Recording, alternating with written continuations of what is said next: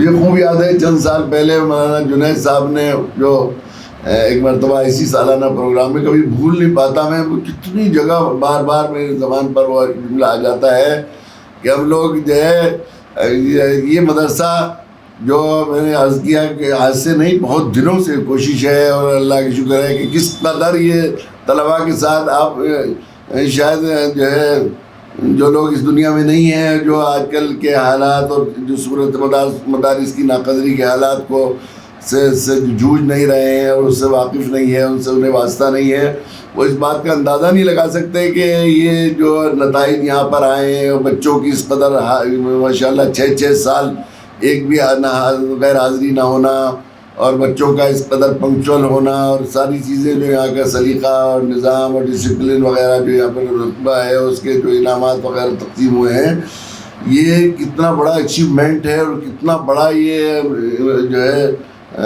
حصول ہے اپنی محنت کا اللہ کی طرف سے ان کے اوپر، اس مدرسے والوں اور یہاں کے جو ہے ذمہ داروں پر کتنا بڑا انعام ہے، اس کا اندازہ لگانا مشکل ہے۔ یہ مدرسہ جو اس کو میں ایک مدرسے کی دنیا میں رہنے والا ہندوستان کا 1 نمبر کا مدرسہ کہہ رہا ہوں، وہاں کے ذمہ دار نے مولانا جنید صاحب نے ایک مرتبہ سرپرستوں کی موجودگی میں انتہائی بلک کر اور تڑپ کر یہ شکایت کی تھی کہ ہمیں یاد نہیں ہے کہ یہاں پورے سال میں کسی سرپرستوں نے اپنے تقریبات، اپنے سفر کے پروگرام ہماری چھٹی کا لحاظ کر کے بنائے۔ اسکول کے بچوں کی چھٹی کا لحاظ کر کے تو ساری شادیاں اور سب پروگرام بنائے جاتے ہیں، سفر اسفار، لیکن ذرا ہمارے مدرسے میں بچہ پڑھتا ہے، اس کو شریک کرنا ہے تو ہم مدرسے کی چھٹی کا لحاظ کر کے اپنی شادیاں یا اپنی تقریبات کریں۔ ہمیں بہت دن ہو گئے دیکھتے دیکھتے، مولانا نے جو ہے بہت ہی جو ہے بھری ہوئی آنکھوں سے بات کہی تھی، اور چہرہ مجھے ہمیشہ اس کی وجہ سے بہت زیادہ طبیعت کو، دل کو کرتا ہے۔ حالانکہ علاوہ اس کے کہ خیرکم من تعلم القرآن وعلمہ، ایمان کا مسئلہ ہے کہ ہمارے ایمان کا تقاضا ہے کہ ہم مدرسے کو اور مدرسے والوں کو، مدرسے میں پڑھنے والے اپنے بچے کو 1 نمبر کا سمجھیں اور اس کو سب سے زیادہ پرائرٹی پر رکھیں اور سب سے زیادہ اہمیت دیں۔ اس کے علاوہ ہماری ایمان کی بقا کا دار و مدار دینی تعلیم پر ہے۔ صورتحال یہ ہے آج خصوصاً جیسے جیسے حالات ہو رہے ہیں، جن کو آپ ناخوشگوار حالات اور ایسے حالات کہہ رہے ہیں، اس میں اور دن بدن مدارس کی اہمیت اور دینی تعلیم کی اہمیت، خصوصاً دینی تعلیم کی اہمیت اور زیادہ بڑھتی چلی جا رہی ہے۔ اس وقت اتنا الحاد، بے دینی اور ارتداد کے دہانے پر آئندہ نسلیں بالکل گویا اس کے اندر داخل ہو گئی ہیں کہ اگر جنگی پیمانے پر ہم نے دینی تعلیم کا نصب نہیں کیا اپنے بچوں کو مسلمان بنانے کے لیے، ان کے مضبوط، ان کے اندر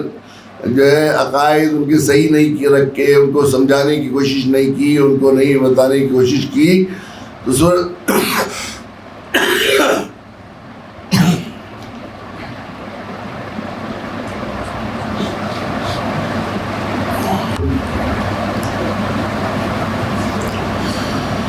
تو بچوں کا مسلمان رہنا ممکن نہیں ہوگا۔ ایسی صورتحال ہے، ایسا حال ہے، آئندہ بہت جلد ایسے صورتحال ہو رہی ہے۔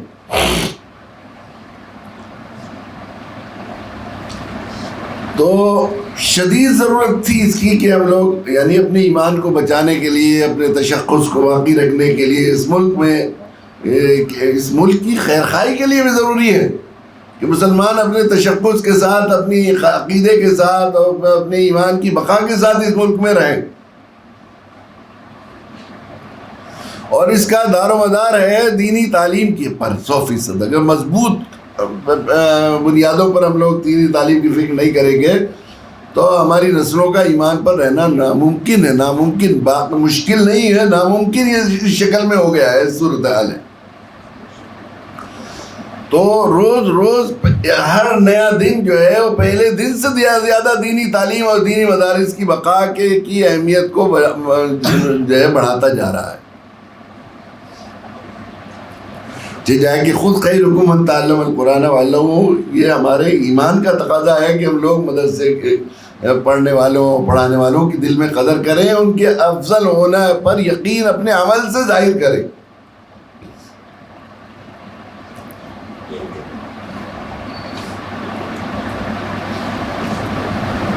تو ضرورت اس بات کی ہے کہ ہم لوگ، یہ ایمان کا مسئلہ ہے، اور یہ صرف اعمال کا مسئلہ نہیں، ایمان کا مسئلہ ہے۔ تانوی نور اللہ مرقدہ نے کئی جگہ یہ بات تحریر فرمائی ہے کہ اصل مسئلہ ایمان کا ہی ہے انسان کے لیے، سب سے بڑا مسئلہ انسان کے لیے ایمان۔ دنیا اگر ایمان پر آدمی کا خاتمہ ہو گیا تو حضرت نے فرمایا پھر اعمال کے سلسلے میں اگر کچھ فارملٹی ہوگی اور کچھ سزا جزا وغیرہ کا ہوگا تو بالکل ایک نیند سی طاری ہو جائے گی، اور اس میں جس طرح خواب میں فارملٹی ہو جاتی ہے اس طرح ساری فارملٹیز ہو جائیں گی۔ تو کسی نے پوچھا کہ حضرت پھر اعمال کی کیا ضرورت ہے کہ آدمی سردی میں جائے، وضو کرے، نماز پڑھے، یہ کرے وہ کرے؟ تو انہوں نے کہا کہ ساری ضرورت اسی لیے ہے کہ ایمان پر، اعمال کی ضرورت اس لیے ہے کہ ایمان پر خاتمہ ہو جائے انسان، اس لیے کہ انسان جب مستحب کو ہلکا سمجھتا ہے تو پھر سنتیں ترک کرنے لگتا ہے، اب جب سنتیں ترک ہوتی ہیں تو پھر واجبات کی ترک واجب اب ہوتا ہے، چھوٹنے لگتے ہیں، جب واجبات چھوڑتا ہے تو فرائض کے چھوٹنے کی باری آتی ہے، اور فرائض کے ترک کرتا ہے تو پھر حرام میں مبتلا ہوتا ہے، اور حرام پر اصرار کرنے والے سے ایمان چھین لیا جاتا ہے۔ اصل چیز ایمانی ہے، اور یہ ایمان کا معاملہ ہے کہ ہمارے عمل سے ظاہر ہونا چاہیے کہ ہم قرآن پڑھنے پڑھانے والوں کو سب سے افضل سمجھتے ہیں، سب سے اعلیٰ سمجھتے ہیں۔ جب ہم یہ سمجھ رہے ہیں کہ قرآن پڑھنے والا اور پڑھانے والے، دینی تعلیم والا پڑھنے والے ہی سب سے اعلیٰ ڈگری ہولڈر ہیں، اور ہمارے بچے، آدمی یہ چاہتا ہے کہ ہمارے بچے کا مستقبل تابناک ہو، اور مستقبل تو آج کل ظاہر ہے کہ علمی انقلاب کا دور ہے،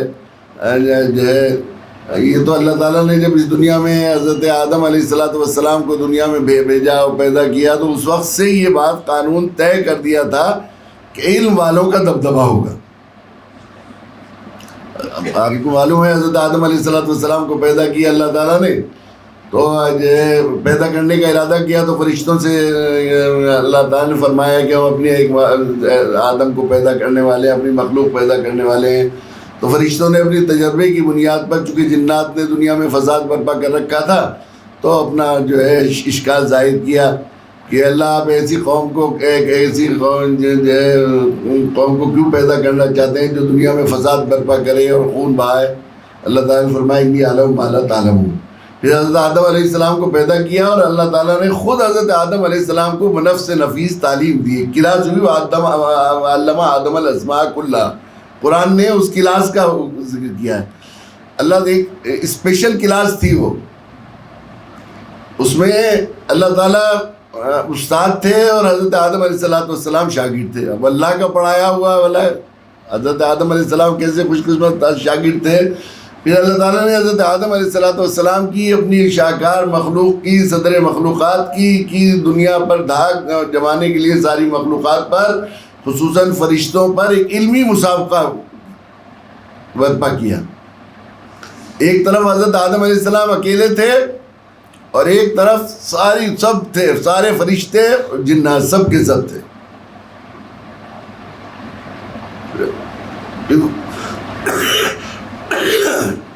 فرشتوں سے اللہ تعالیٰ نے فرمایا کہ تم ذرا ان چیزوں کے نام تو سکھاؤ۔ انہوں نے کہا قالوا سبحانک لا علم لنا الا ما علمتنا، اللہ آپ کی ذات پاک ہے، ہم تو صرف اتنا ہی جانتے ہیں جتنا آپ نے ہمیں سکھایا، ہمیں تو کچھ بھی معلوم نہیں اس کے بارے میں۔ پھر حضرت آدم علیہ السلام سے کہا کہ ذرا تم سناؤ ہمارے شاگرد رشید۔ حضرت آدم علیہ السلام نے فرد ساری چیزوں کے نام سکھا دی۔ اللہ نے فرمایا کہ میں نہیں کہتا تھا کہ تم نہیں جانتے، تو پھر حکم دیا وَإِذْ قُلْنَا، پھر بعد میں یہ ہوا وَإِذْ قُلْنَا لِلْمَلَائِكَةِ اسْجُدُوا لِآدَمَ فَسَجَدُوا إِلَّا إِبْلِيسَ أَبَىٰ وَاسْتَكْبَرَ وَكَانَ مِنَ الْكَافِرِينَ۔ پھر حکم ہوا کہ دیکھو یہ اس مسابقہ، اس کوئز کمپٹیشن میں آدم نے علمی مقابلہ جیت لیا ہے، اب یہ ظاہر ہو گیا ہے کہ وہ پڑھا لکھا ہے اور تم اس کے مقابلے میں جاہل ہو۔ ہم نے آج سے اپنا قانون طے کر دیا ہے کہ جاہل کو عالم کے سامنے ناک رگڑنا پڑے گا، اس کے سامنے سب سجدہ ریز ہو جاؤ۔ سب نے جو ہے سجدہ کیا، فسجدوا الا ابلیس ابا واستکبر وکان من الکافرین، اس نے انکار کیا اور استکبار کیا، وہ ناشکروں میں ہو گیا۔ تو اللہ تعالیٰ فخرج انک رجیم، نکل جا تو راندہ درگاہ۔ اللہ نے ضابطہ طے کر دیا کہ علم والوں کے سامنے جاہلوں کو سجدہ ریز ہونا پڑے گا، ناک رگڑنی پڑے گی، عاجزی اختیار کرنی پڑے گی، خوشامدی بننا پڑے گا. اور جو لوگ اپنی دولت کے نشے میں، خاندان کے نشے میں، چودراہٹ کے نشے میں، کسی اور چیز کے نشے میں اپنے جو ہے علم والوں کے سامنے اپنی بڑائی ظاہر کریں گے، اللہ تعالیٰ اسے راندہ درگاہ کر دیں گے. یہ اللہ کا ضابطہ پہلے دن سے تھا. تو روز روز اب یہ اس میں مسلسل اللہ کی زمین میں علم والوں کا بڑھنا اور علم والوں کا اونچا ہونا، معزز ہونا، اور جاہلوں کا ان کے سامنے مغلوب ہونا، یہ بڑھتا چلا جائے گا. یقیناً یہ اللہ تعالیٰ نے اس وقت سے کیا ہے، تو بنایا ہے.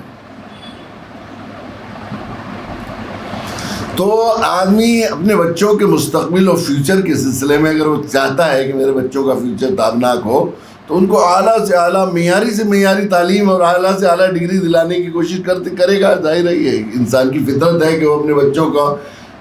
کو آگے بڑھانے کی کوشش کرتا ہے، ان کو آفتاب ماتاب بنتا ہوا دیکھنا چاہتا ہے.